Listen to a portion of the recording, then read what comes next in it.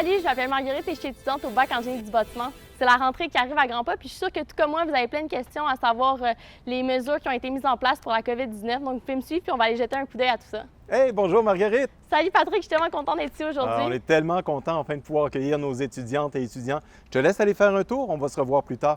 Mais avant d'entrer, tu connais les symptômes? Est-ce que tu en éprouves? Non, je vais super bien, j'ai pas de toux, pas de difficultés respiratoires, pas de fièvre, je sens le bon air frais, tout va bien. Génial.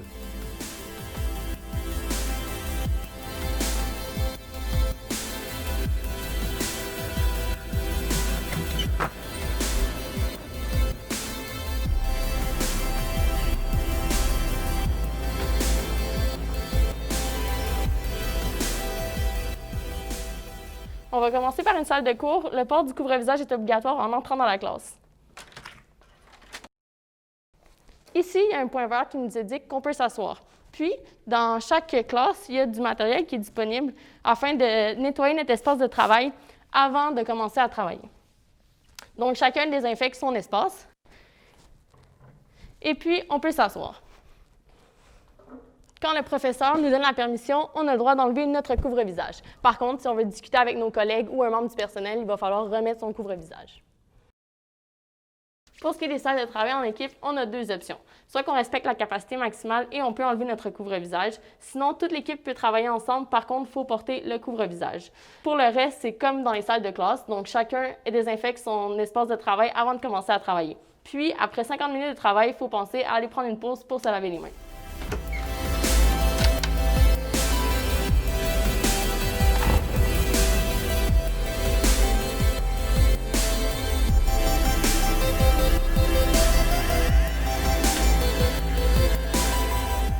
Pour ce qui est des locales informatiques, c'est pratiquement la même chose que dans les salles de classe. Par contre, il ne faut pas oublier de désinfecter la souris, le clavier et la table.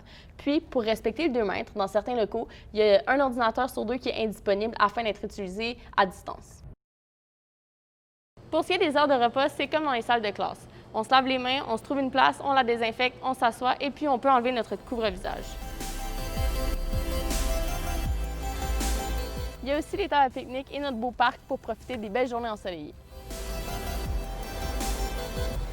Il y a d'autres mesures qui sont mises en place. Par exemple, ici, au studio de création, ça s'appelle un îlot de travail. Il y a une procédure simple à suivre qui permet aux équipes de travailler ensemble sur leurs projets avec les outils, les machines et les autres équipements nécessaires. Il y a une formation à faire, mais c'est vraiment cool de pouvoir venir y travailler. Dans les espaces fermés, comme le secrétariat, on peut enlever notre couvre-visage si on le veut. Il y a des plexiglas et de la signalisation au sol afin de respecter le 2 mètres. Hey, Marguerite, la visite se passe bien? Oui, ça se passe super bien. Par contre, j'avais une question. Je me demandais à quoi vont ressembler les horaires cet automne. Ah, bien, on a travaillé fort pour vous.